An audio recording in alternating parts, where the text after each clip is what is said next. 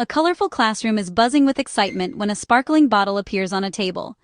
Inside the bottle, glitter twinkles like tiny stars while colorful beads, sequins, and foam shapes drift through the water. As the bottle is gently shaken, everything begins to swirl and dance. Look at all those sparkles. The glitter spins through the water like a magical snowstorm. The beads tumble and twirl. The colorful shapes glide from one side to the other. This special bottle is called a calming bottle. But have you noticed something interesting? Some objects stay near the top, some move slowly downward, and some settle all the way at the bottom. Why does that happen? Today we're going to find out. A group of young scientists gathers around a water table ready to investigate.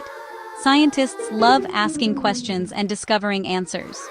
One question scientists often ask is, what happens when different objects are placed in water?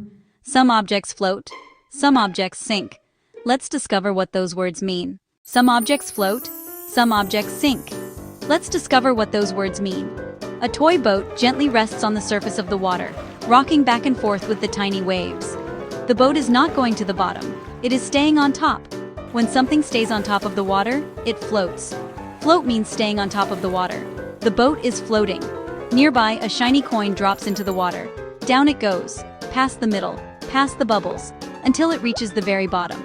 When something moves all the way down to the bottom of the water, it sinks. Sink means going to the bottom of the water. The coin is sinking. Now it's time for a science investigation. A cork lands on the water and bobs gently on the surface. The cork floats. Next comes a rock. Splash! The rock quickly sinks to the bottom. Then a sponge enters the water. The sponge stays on top and floats. Every object can behave differently in water. That's why scientists observe carefully and look for patterns. On a table sit bowls filled with glitter, colorful beads, shiny sequins, and bright foam shapes. Soon these materials will become part of a calming bottle.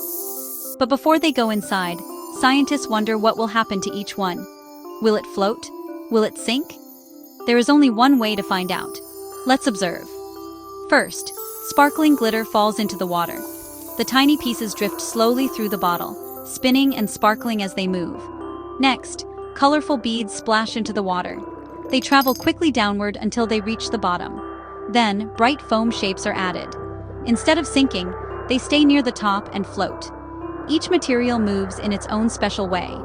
Some travel fast, some travel slowly, some float, some sink. Scientists learn by watching carefully. Now the calming bottle is complete.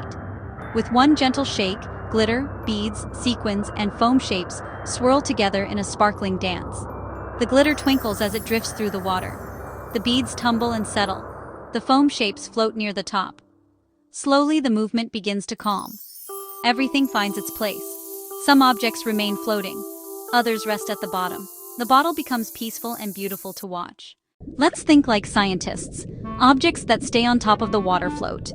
Objects that move to the bottom of the water sink. By observing carefully, scientists can learn how different materials behave in water. Today we used our eyes, our brains, and our science skills to make exciting discoveries. The science materials are ready, the bottles are waiting, the glitter sparkles, the beads shine, the foam shapes are ready to float. Now it's your turn to become a scientist. You will explore what sinks, you will discover what floats, and you will create your very own calming bottle while making amazing science observations. Let's start our sink and float adventure.